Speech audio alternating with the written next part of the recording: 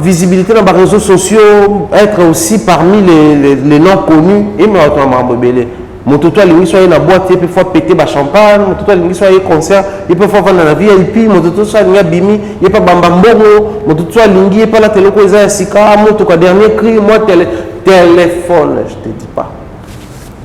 Téléphone de. Bah quand ils m'ont arrêté, ils ont pris mon iPhone 12 Pro Max.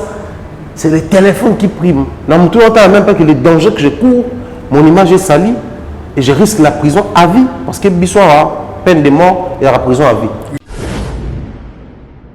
Et on ramenait Bissoir dans la même logique. Il fallait influer en Afrique francophone. Il fallait influer au Congo. En termes de vente, c'est le numéro 1. En termes de réalisation, c'est le plus haut sommet. Donc, tu vas nous mettre la réalisation, la démarcation, si tu quelque part, vieux mopé aïe, il y a les lots jeunes à tikipelo au moko au monde. Donc c'est quand on comprend j'ai kende là, il faut rouler à plus de 100 à l'air. Parce que avoir les succès et en Afrique et en Europe, il faut vraiment doublement rouler à l'air. Par rapport à Yawana, pour compter même fallu ça fait plus de 16 ans, hein, si je ne me trompe pas, si ma mémoire ne me trahit pas, des carrières solo. Donc après plus de 15 ans, ils visent maintenant la zone anglophone. Bana Congo Kinshasa, Europe, Asie, Amérique, Péban Afrique Mobimba. Boyo Kelangana nous eloko. Ayo! Mokonzi agence de transfert d'argent. Péba frais de service. Péco Kodikoko ya masoya d'importation, pe exportation. Aïe! Oridezo commercial. Oyo! Abakisa les bino nouvelle adresse. Na kati ya ville province de Kinshasa. Surtout pour la bino. Batu bolinga lix na talo moke. Tala! Vacancier. Yo mwana poto ya solo.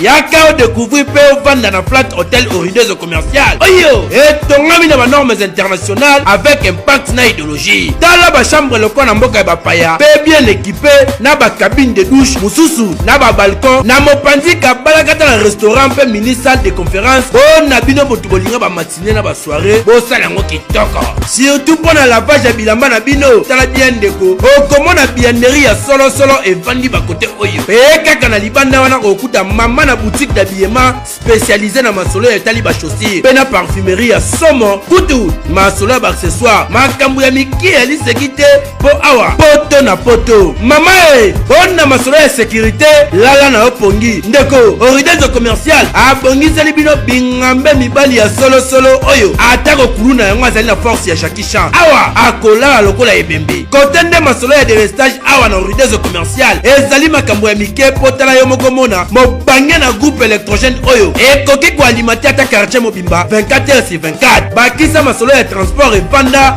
on a ba déplacement na bino pendant ba séjour na yo. On a ba adresse zo papier pe stylo komake. Flat hôtel Oridezo commercial. Ezomi na avenue Dibaya Awit quartier Matonge tango sa. Référence derrière maison de la Bible, aussi katena place Victoire aux Amobimba. Dobenga na ba numéro oyo ozwai. Imaginez un concert de haut en son où il y a la présence de Fed. Fort pour retrouver Iwana. C'est pas faire et son équipe de son album, ils sont fanatiques. Chaque album avait bima, il faut préparer terrain. L'album, ils ont monté avec Olona. Il faut sarcler ma belle, ou le papier qu'on avait élaboré en gros, tu sais, fumier, ou tu sais qu'il y a un temps en gros après, ou Olona. Tant que nous sommes là, ça mara, il y a un bon entre Yapichou, na Marlène, entre Nani, Serre Nabiso, Nani, Manganga, na Pembe, Nani, Charlie. Tout est Winget, esprit Winget, so yé. Donc les Charlie, il faut tout y là. Mais bon, on a pas cassé, il faut tout y là-bas. Pendant ce temps, beaucoup de communiquer. Après ça, on n'a pas communiqué sur le concert VIP, il y a un peu bêta fiasco. Pour la tournée américaine, jusque-là, c'est le silence radio. On ne sait pas pour dans la ville, Nini, parce que les États-Unis ont européen. À part Maman Lisa le Boko. À part Maman Lisa. Best of Africa Food Store. À part Maman Lisa. Mais les États-Unis, ils ont Kunata. Bon, Balingi, les fanatiques, il faut pas qu'ils n'accrochent tout le temps. Ou les fanatiques vont consommer tout le temps. Avoir des clips streamés, vieux belé, avoir des sons streamés, concert à plein, être toujours au premier rang. Mais banane ne ba ça cause bon. Ba fanatique. Là tu mets ma solo ya soldat ou tezoya, automoni ba ta fnak batie. Et ça banane ba son bon. Ba fanatique.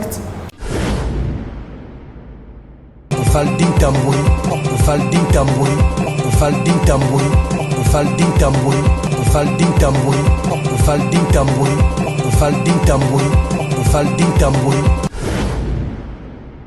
Voilà, bonjour, bonsoir à tout le monde qui nous suit. C'est nettement, ça dépend de l'ère à laquelle vous allez recevoir cette très belle vidéo qui est présentée par les vôtres Valdin Tamboui. Mesdames, messieurs, merci pour la patience et confiance au beau vraiment, malgré que la vidéo est vraiment mais tous vraiment problème côté technique vraiment tout c'est déranger mais na si ya bayo basungara biso ça la makasi vraiment pour kitoko na ndenge ali sécurité en commençant par les directeurs Blanqui Oredezo na ebisaki ba vacancier na ba vacancier nyonso pour vendre kitoko na kata vie pour faire de Kinshasa beta tour na vendi ba awits en tout cas au cause de la décité na flat hotel Oredezo na ebike maman Lisette lokangi pas total la biso na PCM moté na les warriors Aris et Safa en tout cas merci maman c'est comme un kitoko pourquoi pas grand prêtre Djibril Biyake Babi Beshka service de Makambo en tout cas merci on se dit que ça là na ebike tous on est bandé devant ba romesa na yo pe ba romesa vraiment nabola munayo et sans oublier notre grande sœur Flore qui monte à la PCOP monte depuis Mikila Poto après avoir ça ba parcours na ba tourner en sa vie prophète de Kinshasa les na kuten bona Thierry Mombaya tu es ici vraiment na plateau na biso ya Valdin Tamboui officiel pour te megara ko échanger concernant Maïon c'est ça sur la toile comme communication soit actualité na biki na bokasi ya Jordi qui est derrière la caméra au fond la chambre pour mon bon invité là et na saluer plutôt dans communication na biso bonsoir Thierry Mombaya. Bonjour, bonsoir Valdin Tamboui également avant de retour Olanda biso na VTO. En tout cas merci. À travers de Tongio Fort, Mamati à Longo, sponsor officiel de la COP en tout cas. Merde, Mamati, bien de bonnes choses à toi. Merci de nous soutenir et surtout pour Petit Kabisoté. Pour nous, c'est un grand plaisir pour compter sur votre roi Baron. En tout cas, merci. En dépit, ma caméra, Bélé Monioza, en en tout cas. Mais tout le monde, moi, Kala. Moi, je suis à Bengio, Brazzaville, Ponton. C'est créé au Bombel Bisso côté Bouna. Non, Brazzaville. Changer de nationalité. Des fois. Naturaliser vraiment. Naturaliser au Brazzaville. Non, il y a tellement de boulot à faire là-bas. Il faut tous se départager. Tant on a joué avec une bataille remarqué trop tôt, depuis ça fait un mois. Dans un émission chaque jour. Et ce jour tant qu'on va nous tourner, on va remarquer cause. Après bon, c'est normal, mais ça comme on a biso na Kinshasa. Mais aussi en dehors on va Kinshasa ba normaliser so ki musika Dubaï OK Oman OK so ki wab ndeto na ba Turquie ba France on est normal mais ça rare ba mona mutake ko passera peu kuna photo on a tout mais après on a cette chance là d'être contacté par pas mal d'artistes là on répare déjà pour préparer avec Tidiane Marion Mokonzamboka qui prépare également le concert donc on est là pour accompagner les artistes et également les concerts de Vini Soldat au Fallait Salama, mais bah reporter, moi je pense qu'il tente aux apprendre au salon. En tout cas, merci aux Agui Nambokate. Ah, mais l'équipe est sécurité, n'habité, en tout cas, on a la philosophie, on a tout le monde, émission, c'est ça qui est tout bête à PCT côté, on a pour les appels, ça passe, il y a Rosaranaté. N'habité, il y a même message à mon dé. Avec amertume, comme tout Kinois, Kinshasa, Maramboku Moussalama. Ils ont en plein c'est vrai biso to kola to ka ba komba ba Django ba Molona Sumbana Nganda ba les appels ba mamba ba kingi ba maître Tiwara et autres mais normalisant de manière très normative si vous voulez les akipenzate donc c'était ba blomé ça pas très reculé et très rarement mais ce qu'on remonté Kalabawe biso na limité moi quand limité le monde en l'enlèvement et puis en ça makala simplement parce que limité ça qui sont en industriel batba non vandaté na il y a société et na simala on a raywana et ça qui vraiment pour représenter point mon très dangereux alors bato ba uta limité na Kingabwa pour babima boy c'est la voie qu'ils utilisaient à l'époque il y avait pas ba moto de comment kota mituka mais ça qu'il faut ce qu'on uti na ray au matamakolo tina industriel ou tina boulevard. Alors, les acquis n'ont pas de danger. Au moment où on va te faire un souffle bimaka bon. Oui. Bah non, on va risquer. Mais les lots, comment bateau, comment industriel, comment en résidentiel. Bah ma part était comme la société Koufa, bah tout le monde fan. Mais ça nous étonnerait d'être au monde makambo ya enlèvement au talipé ajaba no bazo sa makambo qui peut monter ma passe mingi abalé qui na biso en âge au bazana on a l'avenir devant eux, ils peuvent encore se faire former là aux plus d'orientation normale et à vie pour réussir. Nous applaudissons la justice de notre pays pour le dynamisme mais aussi la sportivité au bas vivre un procès qui est rapide et puis sanctionner Batouana. Ça c'est déjà une très bonne chose pour permettre à Batouba Monake, Motosa qui m'a bé, Sambisier, condamner. C'est vrai que toujours le appel au salama et qu'il y a une cassation, la décision peut changer.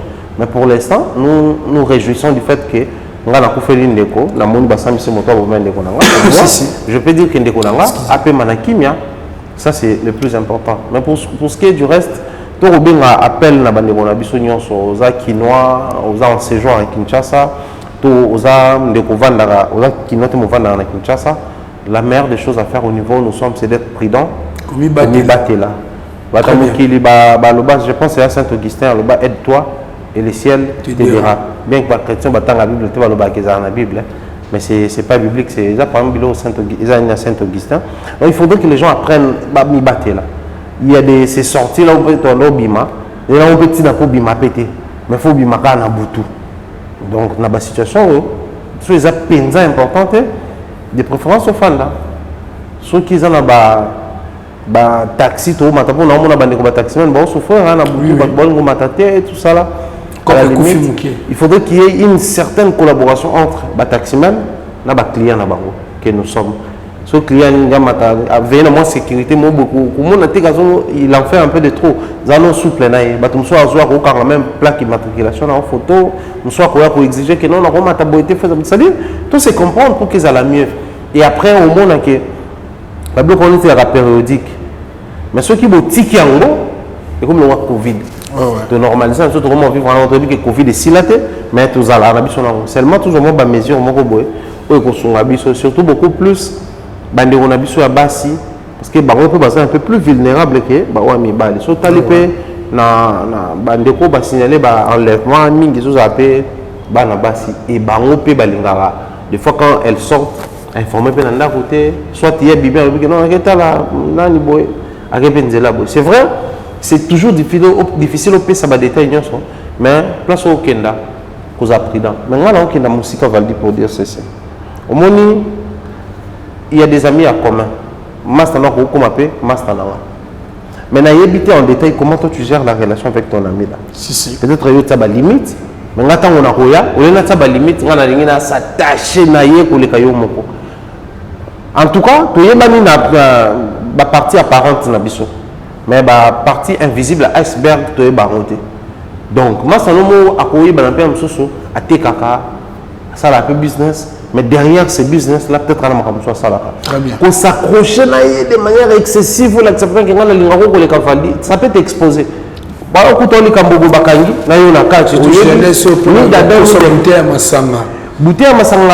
Visibilité dans les réseaux sociaux, être aussi parmi les non connus, et mais Mototo alingi soit na boîte il peut faire péter ba champagne, mototo alingi soit concert, il peut faire vendre na VIP, mototo soit alingi bimi, il pas bamba mbongo, mototo soit alingi pas la télé ko eza sika, mototo dernier cri, moi téléphone, je te dis pas. Téléphone de quand ils m'ont arrêté, ils ont pris mon iPhone 12 Pro Max. C'est le téléphone qui prime. Dans mon tour, on n'a même pas que les dangers que je cours, mon image est salie et je risque la prison à vie parce que Bissoir peine de mort et la prison à vie. Oui. La personne ne voit même pas ça. Dans sa tête, quand ils m'ont arrêté, ils ont pris mon téléphone iPhone Pro, celui 12 Pro Max. D'abord, on va téléphone. Ça va détail. Détail pour téléphone. Il y a 12 Pro Max. Et bah détail, on a un téléphone, et bon, on a vu sur les donc, en somme ou en résumé, je dirais, tout mi batte là, mais tout petit capé mbango. Très bien. C'est très important. En tout cas, merci. Message, excusez, il y a Thierry Mumbaya, tant que mon pandissant, en tout cas, ça va vraiment bien été. La communication, on a des oiseaux, les landes, on a bango, bungaki, on a bango, zokisie, babotoli bilo, en tout cas, ça va vraiment bien attendre, qui était continué à biso. Avec l'actualité, malamment, on va biso ministre vente de bêta masolo, mi secteur socio-culturel, surtout dans la musique, au Wapesika Tokouti, l'artiste musicien. Mike Kalamba, Papa Pasteur, à Robert Bongo. Il va se produire au Stade des Martyrs le 27 juillet 2024 pour le compte de la musique chrétienne. Tu vois, quand il y a la musique chrétienne, il y a la production dans le Stade des Martyrs, mais en 2024, et que ça bon, il papa Nabiso Moussa Nzambe Mike Kalamba, il invite moi commentaire avant de côté En tout cas, le concert, il y a Pasteur Mike l'année prochaine, ça c'est vrai, mais moi personnellement j'ai hâte parce que tous en mois de juillet, tu vois, Michel Baken a oublié de juillet, dans une date. Mais j'ai un aussi là, le Diatoire le 24, on est au tournée mission, il est presque 21h. Mais sans suite, tu as vu quand j'ai francophonie. Donc, je crois que après plusieurs années, les équipes plus pasteur Banon qui pour la campagne d'évangélisation, côté à bateau, tout ça là. Et les musiciens profitaient de ces moments-là. Tout le monde a Marie Missa, mon stade, des équipes pour les filles de Sarah et à papa Sony Kafuta. Tout le monde a bandé les Tumbicha, les moissonneurs qui n'a pas papa Kizamina Kibila, pasteur Mutombo. Pasteur mais qu'un artiste aille à cette date à concert en stade, au moins que je me trompe, je pense que la tête d'affiche, c'est Pasteur Mike Kalamba. Et ça mérite nos soutiens. Après, en termes, il y a business pour faire fonctionner les secteurs. Si aujourd'hui les chrétiens se disaient tout défier, c'est-à-dire il y a tout ça là, plein pour la gloire de Dieu. Moïse Mbiyayemba au mérité tout le stade pour nous commissaire. Donc, ça vient. Et ça va bien. Quand Blue Moana dans Côte d'Ivoire, on a du mal à dissocier les musiciens parce qu'aux yeux primés, il n'y a pas de primés. Très bien. Bon, petit concert à parler de la culture, il n'y a pas de petit concert à parler de la culture. On dit que la top 10, ils ont quelqu'un qui faut que les catégories chrétiennes. On a un site en vente, il n'y a pas de TK dans la plateforme. À streamer, il n'y a pas à streamer. Bon, comparer la BDB, c'est-à-dire, au-delà d'être une musique évangélique, mais ça permet aussi que l'art puisse vivre. Si on remonte tout le monde qu'il fallait musique populaire, tout le monde qui musique chrétienne, on se retrouve que nous faisons musique et ça honore les Congo.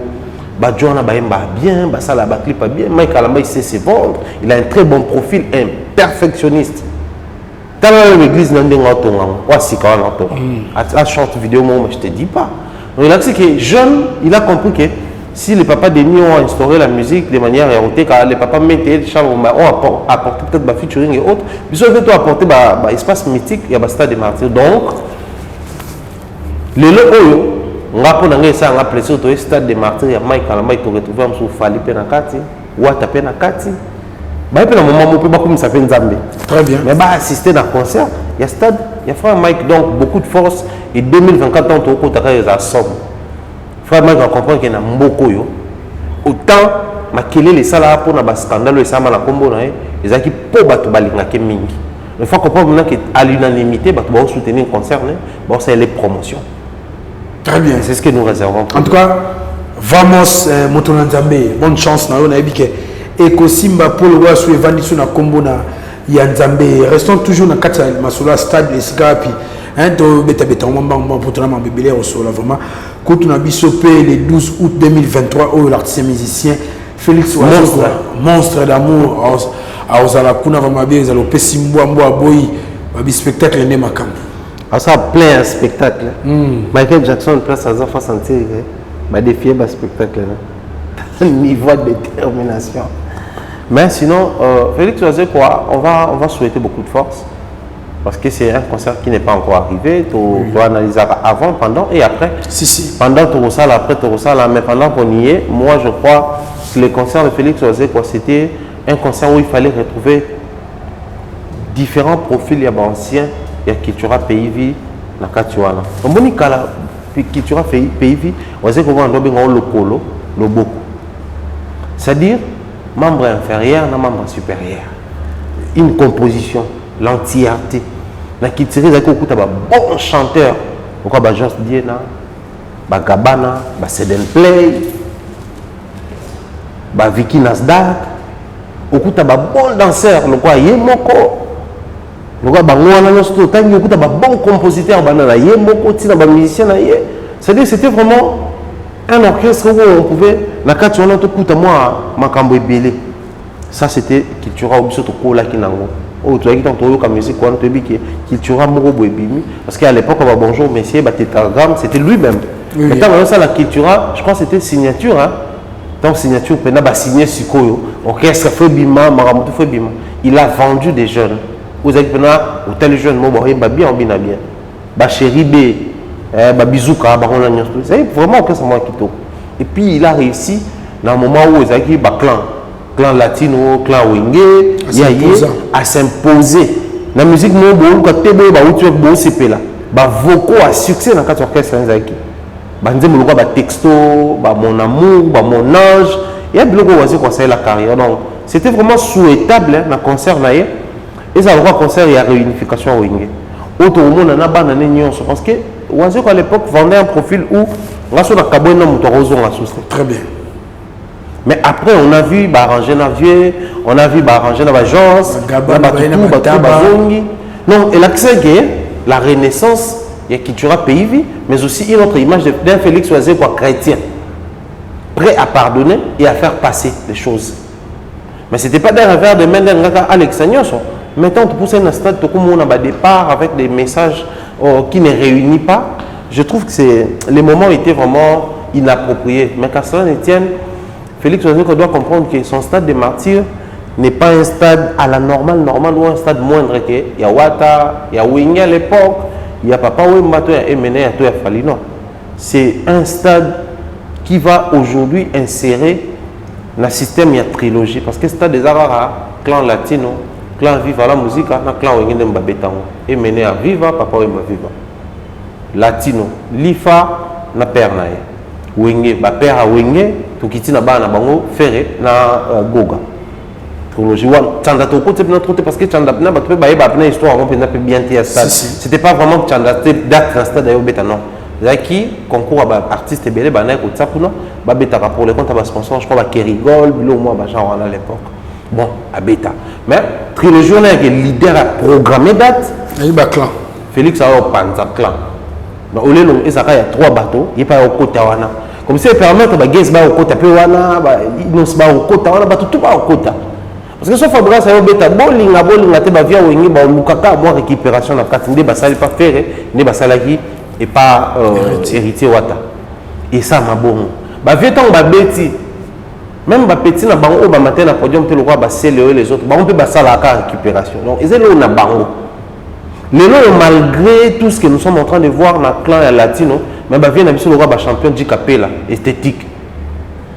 À s'approprier après la stade qui n'a pas fallu. C'est une fierté.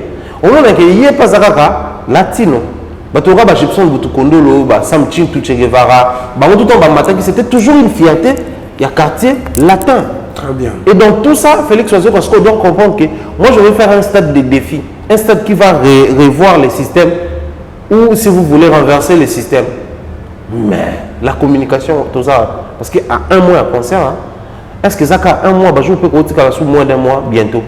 Mais qu'est-ce que tout le monde a sur terrain? C'est déjà les 24. Hein? Les 23. Les 23 août, donc moins d'un mois. Les 12 août, oui. Donc plus que 3 semaines. Mais on sentit que le terrain est saturé, ton autambola, Toyoka Masola Goga la victoire, Masola Wata, ils ont les canaux Balemba, Nabamatete, fallait que le battre. C'était un autre niveau, tout Congo, auquel même dans la province, Oyoka Masola. Mais à peine même dans ma tête, Oyoka Masola Wazeko. Même dans ma tête, à peine. Il y a beaucoup de choses Masola victoire, les mettez place hier, répéter à Fandara. Donc les vieux doivent vraiment revoir la communication et c'est d'une très grande importance.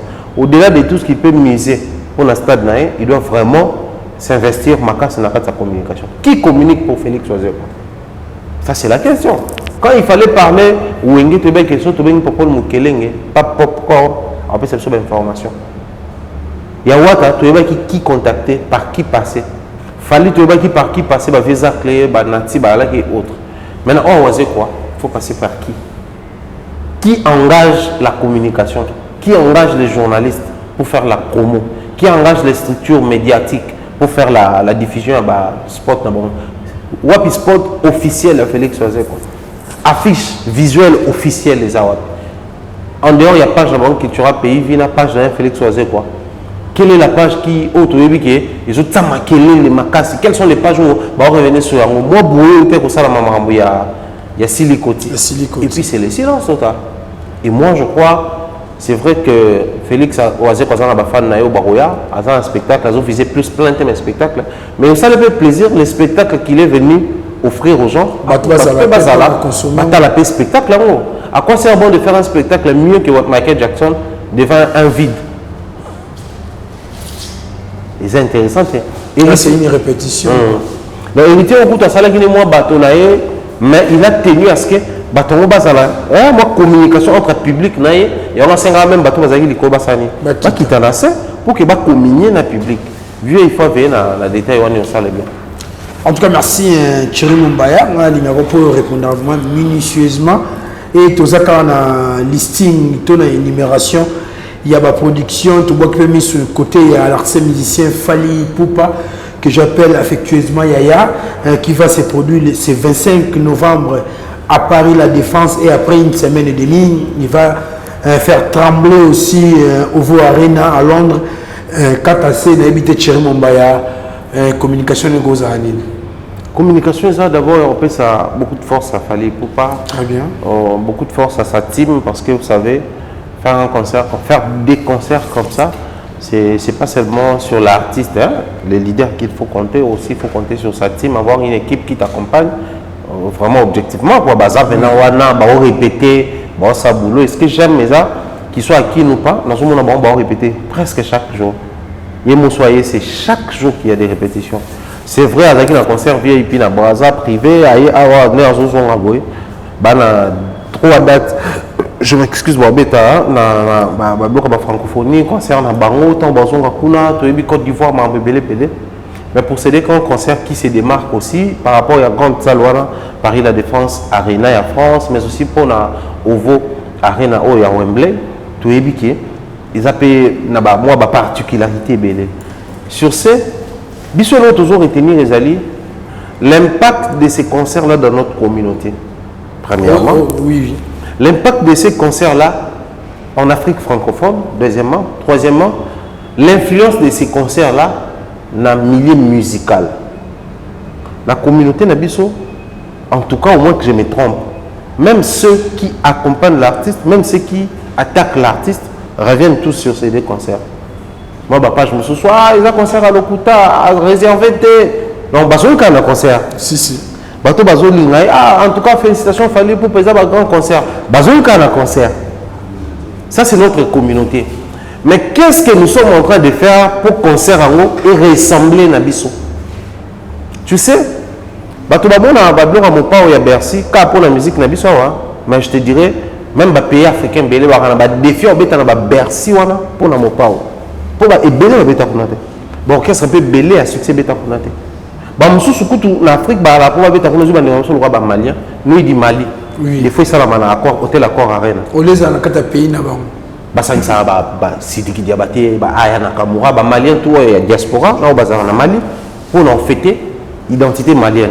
Dawala, je pense que ça peut faire un initiateur, producteur de Gims na Watibé. On a une initiative à Bercy Kaka, mais si on peut te dire là, il y a un biseau par les biais à mon pao, de toute image à Bercy. Donc, comme un pays qui influence sur le plan africain, je pense que les concerts de Fali Poupa auront aussi de l'influence sur l'Afrique, l'Afrique francophone si vous voulez. Mais la même identité africaine, au moins il fallait qu'il passe sur un média, il cite les jeunes au plus bazoya pour remonter, mais il cite beaucoup plus les Africains francophones. Donc, ils ont ramené Bisso au Lukasiko. Quel est le discours de ces jeunes-là cités par Fali Poupa? Tant on se rend compte que les jeunes peut-être un modèle pour les uns, mais référence. Oui. Moi je fais la musique rap, Fali dans sa musique tokos, rumba et autres, mais je peux quand même prendre la route de Fali. La route de la détermination, la route de l'objectivité, ordre, organisation, structuration. Tant que influence sur le bateau, il y a même tes erreurs. Il faut influencer le bateau. On a sur le objectif de la résoudre le roi modèle. Si. Tout le monde a même dans l'église, souvent, le pasteur, il y a un dire que l'assistant de même ils veulent à tout prix ressembler à leur leader. Quelle est l'église? Il y a 6 femmes ici. Non, qu'est-ce que je dis? L'église, il y a combat spirituel. Au moins, on a un culte dimanche, un culte d'adoration, ba mère tout, ba chapeau en droit, le roi maman langue. Ba bazin le roi maman langue. Ba père, ba là, le roi papa Joseph Olangue. Et comment puis, il y a là, tu as beaucoup de style, mais style vestimentaire à leader et influencé, bateau, bazo langue de cima. De même, la prestation de Fali, tout va concert à Fali, ça va aussi influencer le milieu musical africain. Et tout doit commencer par nous. Mais ce qui est déplorable, Valdi, c'est beaucoup plus les Didibé, les autres qui prennent Fali comme objectivement comme modèle. Bon, là, bec et on, il y a des balobara. À tes gauche, à tes gauche, à tes droite, à tes droite. Viens à tes camin côté en ligne, bon, bon, côté en ligne. Viens à la plus streaming, bah, comment le streaming. Mais biso moko awa ba concerné, on est encore dans la distraction, il y a des polémiques, il y a autre chose qu'on comparer, même incomparable. Au lieu de copier ce qui est mieux, biso toujours polémiquer même si on va bien. C'est tout ce qui est déplorable. Mais pour la troisième position, on a le qui impact dans si vous voulez dans la milieu musique na biso. Fali la vidéo ne moko dans la bango trop. Azoloba, tant on a qui n'a pas été bavieux, ça a peine là. Bavieux, bêta, stade, Bercy, Olympia, il fallait rebêter en paix. Il y a qui pour la ligne, la banzelo, bavieux, sali, et puis, n'a-t-ce qu'on challenge, n'a pas moko. Mais bavieux, tout va soutenir la Bercy. Ça l'a mené, ma casse. Déjà, pour tout le accord arena, n'est toujours expliqué par rapport à la place, par accord et comment la place est belle, qui tant ils allaient dans nos Bercy. Autant comme hôtel accord arena, restructuration, ça va mis mon emplacement. Et comment qui modifier dans le cadre. Alors on a même logique on a participer et là on a musique même si on a système ils allaient les cabanzela bavie baleka banzela bato bazaki le so baleka naturellement tout le monde a pu bavie mususu tout comme petit bazola na baisi ma fali tout ba maso bazan génération fali ba royape na parler la défense arena il y a un impact na musique na biso parce que nous tout fan de papa on babetaka au stade de Marseille après Kinkester mais il me bimi ça Kinkester. Mais moi, je suis bêta qui me tourne bosso. Bah oui, bah bêti, bah toi bêti, bah bêta après. Mais tiens, nous avons 4 sur tous allons à Paris la défense. Avant tout côté Ovo Arena. Surtout vidéo zone, c'est moi ma quantité. Mané balou en français rétrospection. Et c'est au coup dans la salle ni banda ba congolais ba comment au bêta kuna. Où est l'équipe monnaie côté ka ba salle nyos. Bercy, il y a Hôtel Accor Arena. Hôtel Accor Arena. Donc, il fallait à Paris la défense. Ça, la monnaie n'est pas si Isasko. Parce que Hôtel Accor Arena, c'est 20 000 places. Paris la défense, c'est dans les 40 000. Dans les doubles presque à Hôtel Accor Arena. Donc, U Arena, l'appellation congolaise d'être au Lingara. U Arena et l'équipe Bercy na monnaie. Et bien surtout à Bercy. Est-ce que challenge nous a facilité aux hommes? Pas du tout, Valdi. Mais challenge peut moquer en soi n'était à la rater. Mais seulement surtout tous on peut sous capacité à ça loana ils ont même habitué dans la logique en le non challenge loana ils sont d'abord en premier lieu pour naïe mon jouer dans une salle avec ayant une capacité au nom de moto à bétater dans mbora jouer dans une salle ayant une capacité au la sous-région là moto à bétater jouer dans une salle oyo depuis que les Congo et Congo non, on va bétater. Tant qu'on va sous région, on a talion Afrique centrale. La pays Afrique centrale à Mobimba. Surtout mes voisins. Ce que tu même l'Afrique francophone, au moins que je me trompe. Mais na évité mon tournoi bêta na Paris la défense arena. Tu eu arena tant aux acquis l'appellation cadre. Donc dans tout ça, défi les anneaux y est beaucoup. Maintenant ce cas Silicia, comme lui il a comme habitude, quand il finit quelque chose de grand, il passe à autre chose. Nous allons rester là. Ça fait plus de 20 ans depuis que mon père a été à Bercy. Mais après 20 ans, tu es à après 20 ans, tu es belé balika pour na oui rayer les autres. Tilelo 21 ans je crois. Tu es à donc, il y a peut-être les gars 5 ans, 10 ans, 15, 20 ou plus, les gens parleront toujours de Paris la défense arena pour la zone francophone. En prenant comme référence Fali Poupa. Très bien. Et côté la influence voilà pourquoi je dis il va d'abord défier sa propre carrière. Au moins les gens la détenteur il y a ceinture, il y a champion du monde. À titre qu'on ceinture à jeu, pas Bundi là. Donc tout le monde soit gagné combat à jouer ceinture né champion du monde. Donc il faut au Bunda combat pour gagner. Mais il faut que gagner pour conserver la ceinture. Fally n'a parlé de la Défense Arena. Il doit vraiment livrer un spectacle là, des couleurs, des marques pour marquer. Parce que le plus grand défi, c'était, au départ, c'était remplir d'abord la salle. Aujourd'hui, avec le système numérique en Europe, c'est plus facile de savoir une salle où tu vas billet tout. Et on a vu comment poster la FNAC dans quelques temps, concert au fait ça sold out, concert à Falipe, ils en ont 4. Là, on est sur Kimia. Pour calculer à vente à billet, ou revendeur, et puis site officiel de ça là, la FNAC va comprendre que on est là. Donc, d'autres personnes, moi, quelques semaines, sold out, ils ont or, concert en novembre, n'est-ce pas? Mais au côté août, ils sont déjà 6 billets 2 mois avant. C'est un pari gagné, il y a public. Donc, à Tikal, il y a Paris, il y a spectacle, il y a qualité, il y a son, qualité, il y a image au livre Bissot. Qualité, il y a invité au Baroyana. Qualité, il y a communication avec le public. Voilà où vous allez l'enthousiasme qui doit régner dans la salle. Et tout ça là, ils ont des défis. Mais des défis, et comme un peu plus facile lorsque tu sais déjà que le public sera là. Mentalement, ça joue. Vous comprenez que la maman préparé, ça déjà. Donc s'il y a des ratés, il faut tout veiller rater à rater. S'il y a l'imperfection, il faut éviter de bouche trou, avoir vraiment un élément clé, un élément principal, un élément utile pour livrer un spectacle riche en couleurs. Et voilà pourquoi j'ai dit que pour Naï, comme elle est plus facile, parce que Ayoki, n'est pas Yoki, n'est pas sur le bar, non, soldat Naï comme Nango Pene. Merci Tchermomba, Tozaka Wana. Bon, des défis très colossaux, Tonobakaka. 40 000 places. Londres, c'est comme si pour moi, information à vie, Congolais, Liboso, habitent dans la salle où il y a plus de 10 000 places. Et ils ont fallu dans Ovo Arena. Mais évidemment, ce côté, on a vraiment secteur, on a dit qu'ils ont vraiment bras de fer, Makasi. Dans le secteur, il y a Bissot francophone. À temps, ça a bras de fer, tout le monde arrangé comme si. En tout cas, il y a beaucoup de sarabat. Même si on embrasser un mot quand on a facilité, l'invité Fally. Après, je ne pense pas qu'ils ont la facilité. Pourquoi je dis je ne pense pas qu'ils ont la facilité? Fally avec allure, vitesse, soit qu'il y a la macamonaï. Il suffit que l'artiste ou la banda ou comprendre mieux. Autant l'interview à les Camerounais, je me sens comme on a Mbappé featuring Mona Fally. Aloba, Razak na Kinshasa à Alobi. Fally aujourd'hui roule à plus de 100 à l'air. Pour un artiste, il y a industrie de Kendara, parce qu'il vit en France. Taïk. Tant à Alobi qui roule à plus de 100 à l'air. Donc c'est quand on comprend j'ai Kendela, il faut rouler à plus de 100 à l'air.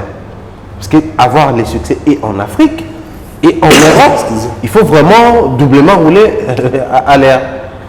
Par rapport à Yawana, pour compter même Fally, ça fait plus de 16 ans, hein, si je ne me trompe pas, si ma mémoire ne me trahit pas, des carrières solo. Donc après plus de 15 ans, il vise maintenant la zone anglophone. Non, enfin, pas viser la zone anglophone, mais il commence maintenant à viser les salles Yaminene, la zone anglophone.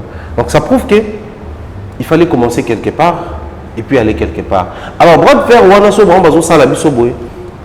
déjà les publics anglophones sont moins fidèles en anglais. Ils sont malgré tout ça, la francophonie, tout ça là. Et il y a aussi des organisations similaires ou pareilles. Mais, culture, c'est-à-dire consommer ce qui est anglophone, ils ont pour renforcer l'industrie, faire asseoir un système, imposer davantage logique dans Makambo. Avantage, voilà ce qu'ils ont une influence dans la zone francophone, qui est à Bissot, la zone là-bas. Ce qui fait que, au monde, on a même des Rwandais qui sont francophones de base, mais on va définir ça, restructuration comme anglophone. Et c'est comme ça. Les Camerounais, ils sont francophones majoritaires, les anglophones minoritaires, côté frontière, dans le Nigeria. Au monde, les musiciens camerounais, actuellement, ils chantent en français, mais il y a toujours l'anglais dans la carte. Donc, on va comprendre que le système envoyé en anglais, ça fait rouler un peu rapidement les choses. Du fait que on confond des fois les Nigériens, les Ghanéens. Moi, il ne pas lire le mot anglais PKK. Même les mots anglais, par rapport au mot anglais PKK et jouer dans le certainement et influencer PPCP pour ça, faire asseoir un peu notoriété côté Kuna. Si les Gims qui vend autant en France, mais il a aussi collaboré avec les Américains, c'était juste pour viser aussi Bazon anglophone, si pas en Afrique, mais en États-Unis peut-être, tout en Angleterre. Voilà. Donc les gens conquérir pour nous, et ça se fait bien. Mais, dès tout à l'heure, ils vont ramener la même logique. Il fallait influer en Afrique francophone, il fallait influer au Congo. En termes de vente, c'est le numéro 1. En termes de réalisation, c'est les plus hauts sommets. Donc, tu vas nous mettre la réalisation, la démarcation, si tu quelque part, vieux mopé, il y a les lots jeunes, à tikipe le moko. Donc, il y a ça, l'icolo. Tant que l'on a une idée à retourner aux questions, quel est l'apport de Fally Ipupa dans la musique au Congo?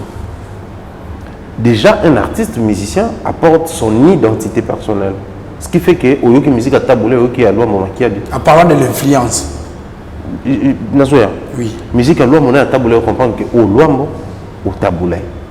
Maintenant, si quoi, et là, il y a chaque personne a son identité. Même les bateaux, le barreau, Ferré, il y a Pépé Calais, il y a Carlito, ils ont la même voix, oui. Mais tant que toujours, Oyo, Aza Oyo, Aza Oyo. Maintenant, si vous et comme important dans la société, place Yosa. Influence est le Yosali. Quand est-ce que quelque chose devient influent, malgré l'autre vivre abusivement, appellation, les influenceurs, les influenceuses, ils influencent en quoi? La bonne influence ou l'influence en soi, c'est quand tu fais quelque chose et que d'autres personnes balandent en haut. L'influence des mots pas au Bercy, la musique d'ambition et qu'aussi la caté aussi longtemps, tout le monde voudra faire Bercy. Aussi longtemps, tout le monde voudra faire Bercy, on dira que l'influence des mots pas est sur lui. Mais l'influence de l'artiste musicien Fally pour passer, quand il a commencé même avec, il y a streaming. Quand il a commencé avec il y a une page officielle, certification, il y a une page. Quand il a commencé avec vulgarisation, il y a une en ligne, la plateforme officielle. Quand il a commencé avec le système, il y a éviter que la égérie, la marque Moko, il y a un brassicole, il y a un réseau télécom, alors que on a empêché, aujourd'hui, on a l'avantage, il y a un réseau Niasto. Qui aujourd'hui, brassicole, tel a Roberto Conseil, ou Roberto, mais ils ont empêché de qui te permet d'acheter une parcelle ou des voitures, mais sous d'autres cieux avec les mêmes profils, les mêmes succès, les gens gagnent plus que ça. Ah, par exemple, mais influence dans les 2 années, c'est dans la société où tu as la sigo. Il commence avec une musique où papa il déjà tapé ouvert. Oui. Mais il est envoyé, il s'assoit des pieds sur terre. Tokos 1, Tokos 2. Mais quand il a commencé comme tout le monde faisait. Album né le bosso qui ba miolé sekemi. Il y a ka ba bloc en ouvert. So l'album a mis balé, au qui va dire pourquoi ni chaise électrique. Il y a ka ba bloc là. Graduellement il y a tant zo ka ba dire pourquoi ba suite live. Quand les ba faire pour na ba Zazou, quand les ba mon papa pour na ba yemba ba African Queens, ba tout ba yemba bongo. Mais en faire une carrière, toute une carrière comme ça, album à caractère, on a temps plein, alors que toi tu as ton identité rumba. Ça n'existait pas au Congo. Mais à cause de son influence, tu vas dire que tu vas comme un radar, Fabregas. Là, quand tu fais harmonie, et comme un black box. Black box, ça peut harmonie après comme une dynastie. Tout le monde ça album, on a une identité purement rumba. C'est l'influence des Fally et non des aînés. Parce que les aînés sortaient des chansons, ou soit un seul album, ils lâchent. Mais lui, il est venu, il a commencé vraiment à pérenniser le système. Quoi. Un album, deuxième album, réédition, et puis un autre album viendra où on va retrouver Fally vraiment beaucoup plus avec un profil anglophone. Et c'est comme ça l'influence en haut, et continue en abysso. L'influence, voir le milieu jeune, prisonnier, il y a une réalisation aînée. Pourquoi? Les papas vont trouver les madilous et les taboulets. Ils ont fait plus que les taboulets. À un moment donné, comme ça va le bon, ils sont à côté comme Alibanda. Mais le monde qui va taboulé, bah ça la té. Bah grand, bah qui sur bah ça la indété. Mais comment que la génération 5 ah bien nous ça pour les bavier au indété. Nous ça pour les taboulé. Le roi Libabé. Nous ballons des prisonniers à système. Mais lui quand il est arrivé, dans sa tête il se disait quoi? Bah on va mettre photo salon. Et puis photo salon coûte que les co bah ça la té. Déjà quand il partait, parce qu'on dit qu'il fallait pas pour Angleterre, tout à l'heure influence fait, il y a concert à Rondeza.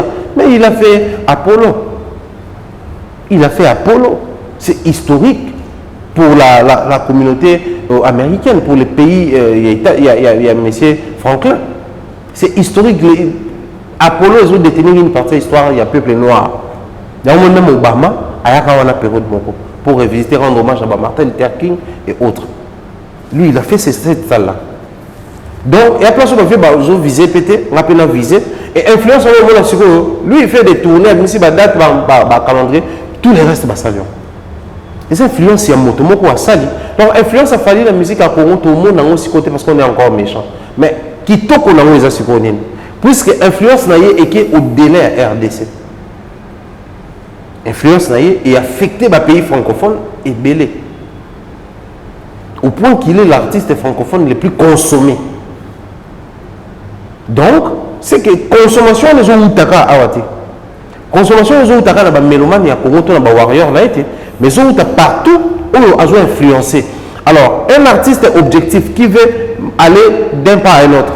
En ça, autant la bateau va ôter dans la zone Nabiso, comment ils font, comment ils se démerdent, comment ils organisent les choses, et moi je vais faire pareil. Voilà pourquoi tu vas remarquer ensemble avec moi que Jeune Ebélé, Suspect 95, Didi B, Jeune Ebélé, ils s'identifient dans Fali. Même bateau qui est déjà en termes de vente, qui est connaît de quoi Dadju, parce qu'il y a beaucoup de pays où vente on les a déjà moins avantagé, moins facilité. Mais bon, s'identifier quand même. Tu verras les jeunes d'Europe, à ça là déjà platine, diamant, moi j'ai découvert la musique africaine grâce à Fali. Or, si on a la musique, moi je fais avec les sonorités congolaises. Maintenant, un fanatique, quand on a lui, il nous dit toujours que dans sa musique, tous ses permanences parce qu'il y a les sonorités de chez lui. Mais il a découvert ces sonorités-là par Fali. Qu'est-ce qu'il faut faire? Il faut voir ces Fali-là. Il faut consommer. Donc, influence n'est qu'au-delà de l'Abisso. Et c'est une très bonne chose pour cette génération actuelle. Et on va comprendre, c'est bon, on peut comprendre, vous allez toujours prisonnier à wengeïsme. Le wengeïsme, c'est quoi? C'est l'effet des robots, même quand il ne faut pas. Très bien, tu as toujours évolué, mais mouton, on peut moi tout petit comme on a ici que les atépo dans le monument macabre. Tous à cas on n'a pas fallu pour pas au ouais plutôt mon communication mais qu'on émettre pour na ba fan na ina ba mélomane na bonne musique mingi ba fan na ba warrior à la kaki bango que fallait ça la concert populaire mais à on peut ça date sur la zone avant qu'il est bon qu'on continue à tourner na qui l'obéta na arena kuna une heure après tout le monde sous battu à francophonie ba posté car obéta bon mokolo le 6 août na esplanade à palais du peuple na habité tout dans kabolongo non fala la kaki ala ki ba warrior car obéta concert populaire après une heure tout le monde concert il y a esplanade à palais du peuple na habité zakara yangonde to on les zakara surprise est-ce qu'on a à possibilité. Ce qui est sûr, il n'a pas encore précisé lui-même. On attend voir les données sur le terrain par rapport à OPESA. Mais quand il a dit un concert, il n'a pas parlé de francophonie. Je ne sais pas depuis quand ils étaient contactés. Oui. Ça, c'est sûr parce que aussi le côté mystique et mystérieux de l'artiste, c'est il est contacté par la francophonie. Ils ont dealé, retenir une date par rapport à sa disponibilité. Il n'est dit mot. Mais dès lors que l'artiste est écoute, on a un bureau, on a une photo. Si on a un commissaire général, organisateur, photo bimi. Tout le monde a Vieredi, tout le monde a Ferré, tout le monde a Wata, tout le monde a web comédien Nabiso Daniela Bongongo, Herman Missi, tout le monde a influenceur le roi Baron Siakoukel. Mais il fallait tout le monde. C'est-à-dire, si on négocier, si on Maramoto, petit fallait. Par contre, tu as un polémique à soutien. Est-ce qu'il y a tout ça polémique? Oui, polémique, on a différence.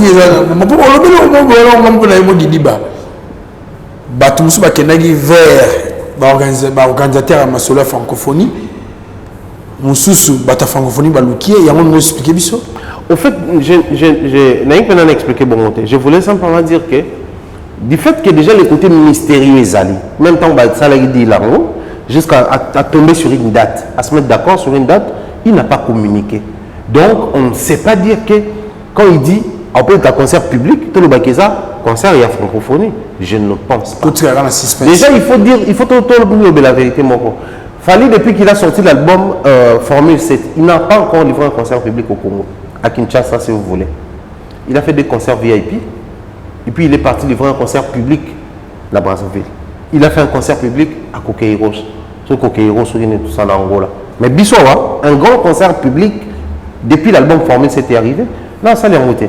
Donc j'estime que faire un concert public, et vous avez aussi concert Formule 7. Mais les concerts francophonie, ils ont un peu profil différent parce qu'ils ont joué à clôture et à francophonie. Donc il faut jouer au barout, payer tout athlète, au basketteur, tout ça là, se retrouver dans un public quinois, dans un public pays voisin, jouer dans joueur dans barout, tout fêter, clôture et à francophonie pour la fraternité francophone, l'amitié francophone, échange à la culture nabiso, autour il y a table francophone, tout yembi, tout c'est bon. Lui aussi depuis un moment il a plusieurs chansons en français. Oh naturellement soit yembi wana. La communauté, tout les gens au Yoka. Parce que les pays, tout les gens sont français. Congo, Brazza, Canada, France, Belgique, Suisse, Mali, Sénégal, Côte d'Ivoire, Cameroun. Tous ces pays qui arrivent, ils sont français. Donc, tu retournes à tes. Mais les grands concerts publics, c'est clair. Très spécialement au Warrior de Kinshasa et Brazzaville. Donc, c'est le concert de Bissau Fezala. Donc, concert pour la Kinois, n'a pas Brazzaville. Mais concert où on est là, je ne pense pas qu'il va communiquer spécialement comme ça. Déjà, quand tu joues pour les comptes de la francophonie, tu dois clairement dire que non. Voilà, nous allons clôturer les jeux de la francophonie, telle date. Je nous invite. Mais quand il dit un concert défali pour pas, spécialement pour les Kinois et les Brazzavillois, donc attendons une date spéciale qui doit arriver. Et ça, vraiment, nous restons derrière lui. J'ai parié qu'il y a comme une semaine où on a Kinshasa et on verra s'ils vont nous donner quelle date. Mais selon nos sources, on aurait appris que c'est juste après la francophonie. Très bien. Maintenant, on a vraiment Dongolo Miso. Bato Azarama Miso. Dongolo Miso, nous avons dit que Bato Bakenda Luka Luka. Les biso dans les réseaux sociaux et leur information, on appelle avec moi qui dit par exemple que Fali a affiché la page à francophonie, mais les autres, basaté. Des poids de mesures ou quoi? Les autres Peneti Bazali, j'ai vu, je pense, la vidéo de Ferré, les vieux Baïlo Kantoredi Amissi, Daniela Mongongo, Héritier, et tous ces gens-là. Ils étaient avec l'organisateur, ou si vous voulez, le commissaire général de la francophonie, n'a pas joué. Mais seulement les visuels officiels où on présente l'artiste pour le compte de la francophonie, telle date, donc, celle visuelle aux francophonie, ça allait jusque-là. Le 24, 21h, car officiellement, ils sali. Ils posté dans la page, ils ont kaka fali. Très bien. L'artiste est moussou, la date officiellement, ils n'ont pas battu. Mais francophonie, ils ont lobby l'autre. Mais francophonie a lobby qui fallait pour pouvoir clôturer telle date. Pour toute la bande restante, lobby était la preuve, Héritier était là, il a déjà joué. Si pour vous la francophonie c'était si alléchant, un pari gagné pour eux, genre B2B, business to business, on doit aussi gagner derrière son image et tout, ils allaient faire des visuels, ils poster que non, lancement et vous avez telle date, Héritier va jouer. Vous savez qu'il y a l'Esplanade, il y a Stade des Martyrs. Héritier a joué. Moi j'étais des passages dans l'équipe musique, oh non, Héritier en bêta. On a visuel et intégré, vérifié ça.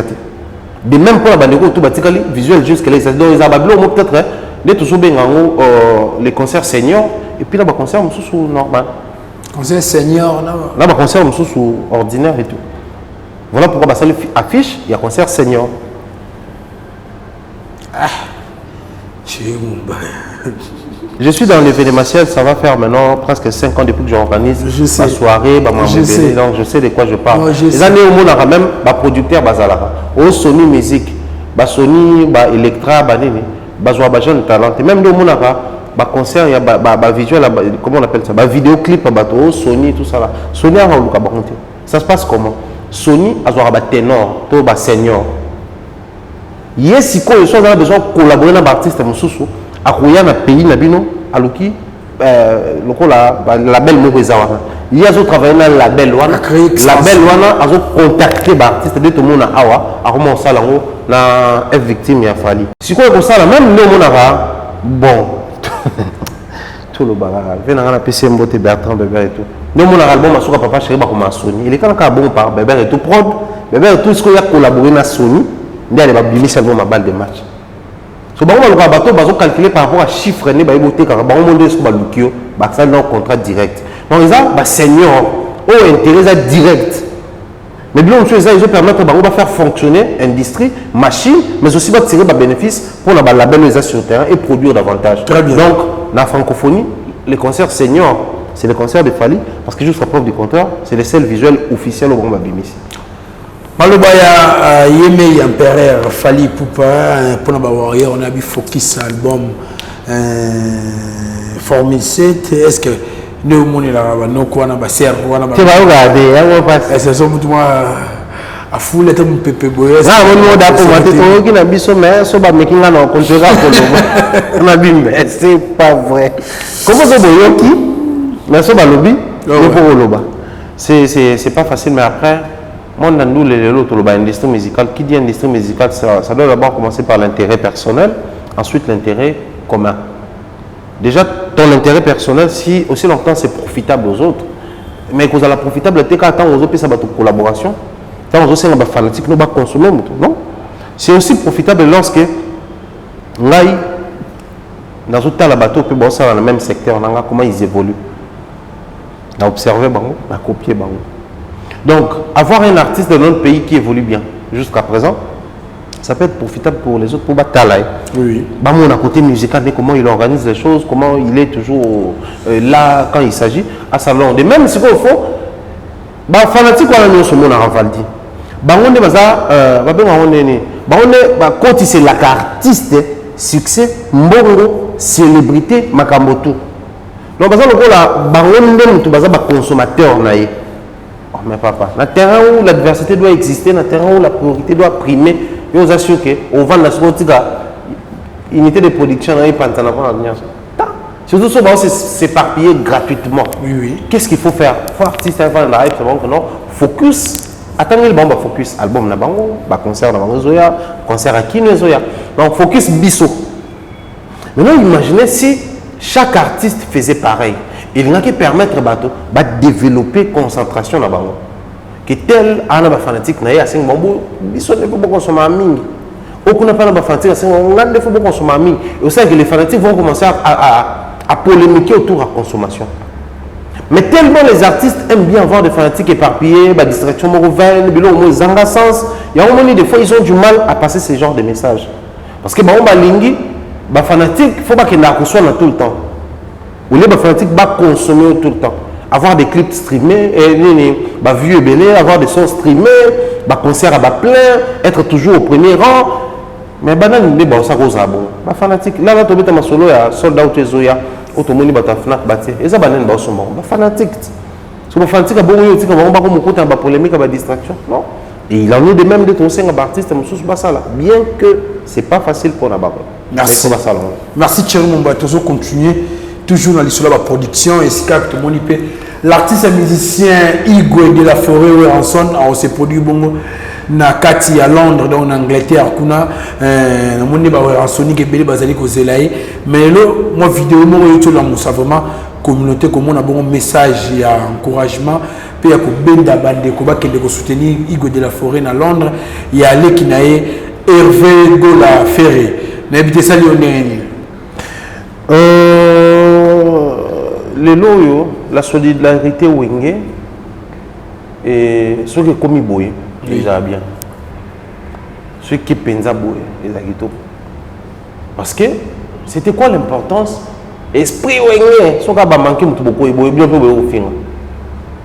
C'est-à-dire être là seulement pour repousser les autres, pour attaquer les autres et non pour se soutenir. La verbe baloba, un vrai ami, c'est pas celui qui t'empêche de pleurer. Et non, un vrai ami, c'est pas celui qui essuie tes larmes, mais c'est lui qui empêche tes larmes de couler.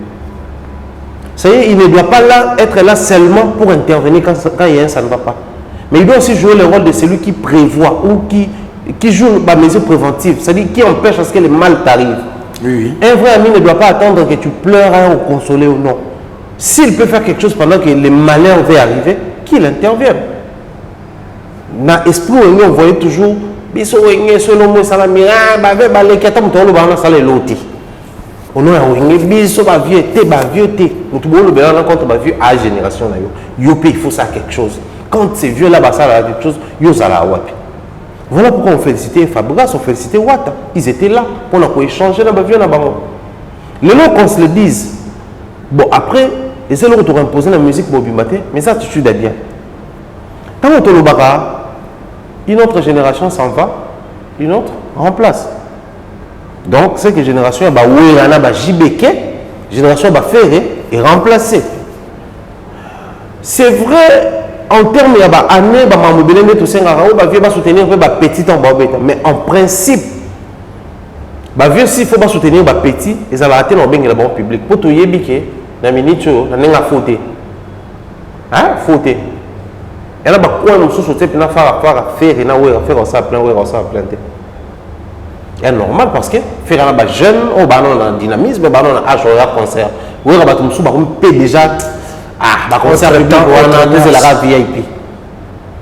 Donc, normalement, il faut payer ça, une expérience, partage d'esprit, orientation. Il faut payer ça, une force, une fanatique. Normalement, il faut ça. Maman, c'est un repousse à papa repousse à l'âge, tout ça, à un moment donné, dépense au salaire, tu dois te prendre en charge. Il y a une réorientation à vie. Ah, aujourd'hui, pour le bal, mon ébi, c'est un truc qui n'a pas dans le bal, tu peux t'en avoir tout ça, la raboue. Tu peux faire un ok, au bal, mais tu peux faire une orientation à l'ibala. Koulou, tu as wingé. Il faut pas ça balé qui n'a pas force et orientation, énergie positive. Balé qui a wingé, il faut pas ça force, la routine, la fanatique, bayakawana. Imaginez un concert de haut en son où il y a la présence de fer. Tu vas fort pour retrouver Iwana. Elle est en Wana. Donc pour la zone, ils ont option bien au faire bien que bande comme ça déjà on parle plus de faire parce que faire un succès pour les Wata en termes d'expérience PBL pour les Fabregas en termes de parcours. Quoi de plus normal, tout le monde bon, mais sinon moi je soutiens l'initiative. En tout cas, merci Thierry Mombato qui est malé Benasuka. Membre sur les ébélés n'a vu que tu reçois un vétonneau yango vraiment d'accord les là vraiment tant mon là yango vraiment en tout cas mais c'est le conseiller il y a très important au Saranate Murphy Mabiala orgueil à depuis Njili Murphy Mabiala orgueil na Koutunaye Christian Kimbota baléa na fort Njili wapi papa Pascal de Bonheur en appécition moté maman Ekoko Jamba pour papa Jojo Kiere papa Vivi depuis Londres la passion moté merveille qui monte à l'architecte international Pati Tchekolo mon compte Chicago moté ma aimé Sissi Longange la passion moté moi si à Pembe na Jojo à l'Italie à Calzato des boutiques Makambo ou tout Jimmy Bella ou hier vraiment les papa français tout aussi ça m'a mis vraiment awa tout le monde qui mon colo ya samedi et si quand pipo artiste n'a pas influent influence qui vraiment attend qui bon message coûte un sauf chez Zilenia ça comment on a page naé artiste a annoncé que l'album Dynasty est déjà prêt un petit peu de mixage et mastering officiellement terminé, l'affiche est imminente. Il a précisé aussi qu'il y aura des surprises pour la famille gauloise. N'habitez sur les Anini, il a commis écriture chinoise. N'habitez magie à communication. Très bien. Créer les suspens pour intéresser les consommateurs. Il y a la magie à communication. Tout est marketing si vous voulez. Dans chaque message, il doit avoir quelque chose où il m'a mis dans la question. Tout ce qu'il a écrit, on a compris. Hein? Maintenant, encore à l'autre, écriture chinoise, derrière. Quel est le vrai message? Qu'est-ce qu'il mijote? Ni Makuna. Et à partir de Babylone, parce que Dynasty, tu es bateau, il faut pas faire partir, tu es bateau, tu es long. Dynasty, tu es on a une idée, parce que c'est la seconde partie. Partie de DG Bima. Donc, quand la bâtisse écriture chinoise, tu es ni des anakatuana. Donc, les gens maintenant, ils sont intéressés à l'Ukapoye. Seulement, est-ce que la base est prête pour relever les défis à consommation? Parce que Valdi, il faut tout le baron. L'album Dynasty Partie 1 n'a pas été suffisamment consommé. Dans le streaming, au moment où on s'approprie l'identité, on a bon player en tout ça. Oui. Parce qu'il y a Spotify, Deezer, Amazon et reste. Bien que l'Amazon peut être après. Il faudrait que les artistes, au-delà d'une simple communication, qui préparent vraiment la base à consommer. Moi, je crois, ce que les autres angles, peut-être, surtout dans la mission à Congolais, la mission à analyste, pour conserver le plus longtemps possible la stratégie. Ils ont fait un concert streamé. Mais après, voilà, ni basali pour conserver, pour multiplier la communication sur le streaming, pour permettre à un album et continuer à lancer. Voilà. Rien. Bah, la polémique, tout ça là, bah, Virginie, la mission, répondre Charlie, bah, les Bocars, les Gaulois, bah, comment répondre, nani, bah, tout, bah, Yapichou, na, bah, tout ça. Donc, il s'aliboule.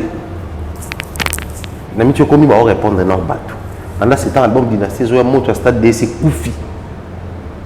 Album Dynastie, il y a pouf sur place pour nous préparer. Et alors, on a posé la Moupaya, Tampaya, combat, on ne peut pas la quitter, la présence à Moupaya. Et là, on a la Dynastie. Et tout ça, au monde, même les communicateurs, ils seront surpris dans Dynastie. Alors que c'est différent de faire rêver parce que même on a besoin de baby de Dynastie. Ils peuvent déjà commencer à nous faire rêver. Mais bon, ça, la honte. Parce que tout ce qui est le populisme, oui, les émotionnels, les sensationnels. Charlie Aloba, Gaulois, Zoba, Nani, Warrior, oui, allez pour répondre.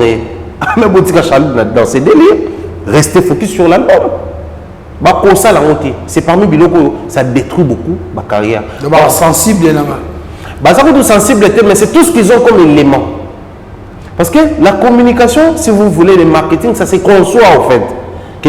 Puisque nous avons tel titre et album, nous avons tel titre et album, il faut concevoir une communication autour de ça pour permettre à ce que tout le créer intéressement. Mais par contre, ils n'ont pas ça. Qu'est-ce qu'ils ont? Ils ont esprit esprit dans des charlats, il faut tout y aller. Ne pas pendant ce temps, beaucoup de communiquer. Après ça, on n'a pas communiqué sur le concert VIP, il y a un peu bêta fiasco. Vous venez très rapidement pour communiquer sur les prestations à Goma. Dès lors que vous avez un mariage, 6 heures boutique. Vous avez un moko, vous allez répondre. Et maintenant, quand on a un concert à Goma, il y a un mariage. Vous avez Facebook, Témicolor.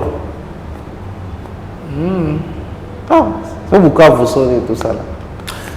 Mais le mot va reprocher à moi, artiste là là moi mon qui met tout le monde à télé mi il faut télé ma beaucoup tout le monde calendrier bimi alors qu'il ne va kindu abanek déjà na calendrier ba tcheli biso déjà ba fait spam qu'il ne va obeta na ba kindu ya ngana kinde mariage na calendrier na alors obeta pe na bani comme on a pas fait na so moyege zalaka loi là-bas na loi là-bas kuna na éviter ça na calendrier mais ba tchela ba concert privé à mariage. Bon, on a un calendrier, mais on a un concert privé, ça ne dérange pas, d'autant plus que ça reste une présentation. Je ne sais pas, peut-être peut réserver zone à billetterie, eux, au permettre de tout tout, en dehors, il y a à la fête, inviter tout le monde dans compte structure, pour considérer vraiment comme un concert proprement des alants. Seulement, le plus important, c'est un calendrier BIMI. Quelle est la communication qui accompagne ces calendriers-là? Parce que, comme les autres calendriers BIMI, mais ça, calendrier, tant que BIMI, mesure d'accompagnement, dès qu'on permet à ce que impact dans haut, ils allaient sur le terrain. Sortir un calendrier, je félicite. On a vu même tournée américaine. Mais chaque calendrier, quand on donne des dates, il faudrait qu'il y ait la date, les lieux, concert aux la possibilité à acheter un billet. Très bien. Pour la tournée américaine, jusque-là, c'est le silence radio. On ne sait pas comment être à la ville, Nini, parce que les États-Unis ont européen. À part Maman Lisa le beaucoup. À part Maman Lisa. Best of Africa Food Store. À part Maman Lisa. Mais les États-Unis, ils ont tournée américaine. Donc, ça doit être dans plusieurs États. Surtout, ils ont la ville chez Bissot, pas Maman Lisa, pas les chez Bissot. Ils ont peut-être un peu mère, on a un peu biscuit belé. Il faudrait communiquer avec les détails parce que les États-Unis, on a rien à voir. État, on a État au plus bas, même pas. Si, si. On voit que le roi bateau en France, bateau en Belgique, donc quand on est l'État, il faut que ça va détail. Pour que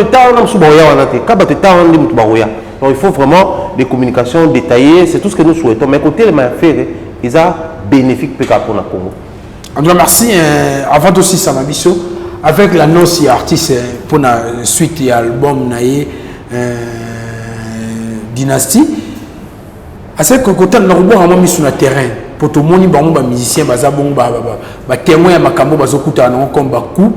tout le monde a eu l'artiste musicien Igbi n'a filé au appel les cas qui na télévision pour ça va tout ce qu'un disque n'est allé évoluer vraiment et na moi l'enterre et ça pour écoute il y a fallu pour prendre la combo à Formule 7 c'est là où les bas blessent tout carrément artiste avec na ba fan ba ngo divunga si que le concurrence ma mati biso ma foot ma casse micro ba fan entre les Warriors et les Gaulois n'habite que côté ça ko yana dynastie na tango oyo est-ce que va tenir compte de le Congo ton invité pour la tirer mon baya est-ce que bangi wana ezate pour tango déjà mutulura musicien ko yebisa biso que kuneza o chetembe moni yango côté Jésus de nuance en tout cas yo zama ko banga moto soit quelle la chance aux opesa na kutu na yo te ngaza chance opesa kutu te longa de kutu to beta so musicien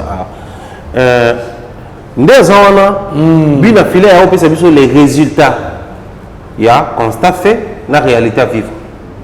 Bango, sachant que les terrains, bazo souffrir d'un problème, il y a Formule 7, c'est le bayebi. Donc, quand bazo yawana, au lieu de s'inquiéter, on souhaitait pas s'inquiéter de banga, non, non. Qu'il se prépare en conséquence. C'est pas faire et son équipe de son album, ils sont fanatiques. Chaque album avait dit, mais il faut préparer le terrain. L'album, ils ont monté avec Olona. Il faut sarcler ma belle, ou le papier qu'on avait, ou labourer en haut, tu sais, fumier, ou tu sais, qu'il y a un temps en haut après, ou Olona. Tant que nous sommes là, ça mara, il y a un bon entre Yapichou, na Marlène, entre Nani, c'est un abisso, Nani, Manganga, na Pembe, Nani, Charlie. C'est-à-dire, bon, c'est mélangé. Et c'est la distraction. Moi, je pense que ceux qui vont se laisser emporter dans la même distraction, tu vas dans les médias, on va qu'ils ont formé 7. Mais bien sûr, on a constaté qu'en termes de consommation, il y a vu même la communauté, ça n'a pas marché. Or, soit on a vu ces athées, faire partir à Bosso album, et marché, partir à Mibalé, et marché, et ça va donc, ils ont les babétés, l'homme récolte ce qu'il a moissonné. Qu'est-ce qu'ils sont en train de moissonner pendant qu'on y est?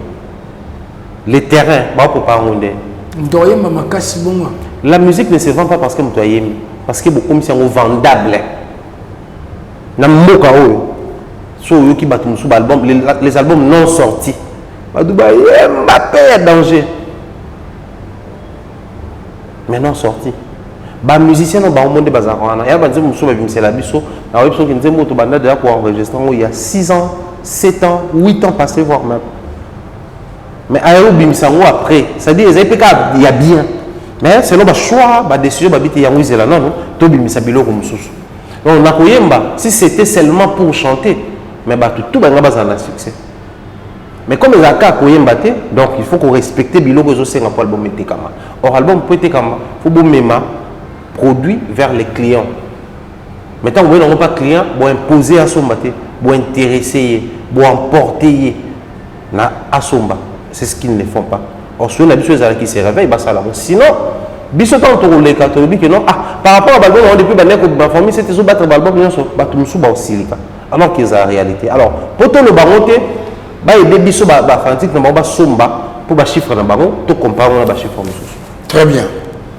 En tout cas merci il y a le banon les bandeliers en dépit à ma caméra qui me dit vraiment merci à Jordi qui était derrière la caméra et puis comme dans la régie finale merci à Bandéon c'est parce qu'on accompagner Bissou à la validité officielle il y a eu vraiment beaucoup de difficultés que yebi pour battre bazo komelanga bazo benga vraiment tu vois que na matos marambo car il y a insécurité vraiment en tout cas caméra tous qui na ba boto la caméraman tous qui mususu et comme troubler biso mais tu dis que na bokasi ya bandero nyos ba soutenir biso en tout cas il y aura une amélioration au monde na po sans mosala Alexandre na all saint temps bo liaté tous na biso na bino vraiment bo s'abonner sous massivement tous la même aller pour mosala net semaine en tout cas bo les mangai tiens mon une dernière communication.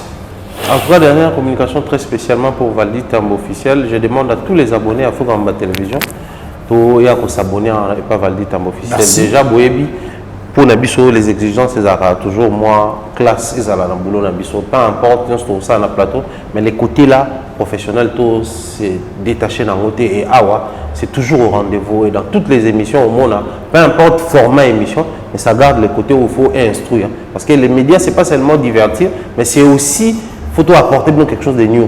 Et là, si la photo c'est la rabino et Chevaldi Tambo, ça a toujours été le cas. Et il y a sur la casquette, il y a un détendre bateau, d'un côté pour informer, donc côté autour vraiment très satisfait. Voilà pourquoi j'en appelle à abonner il y a ma chaîne Nyon sur Balinga m'envoie bien.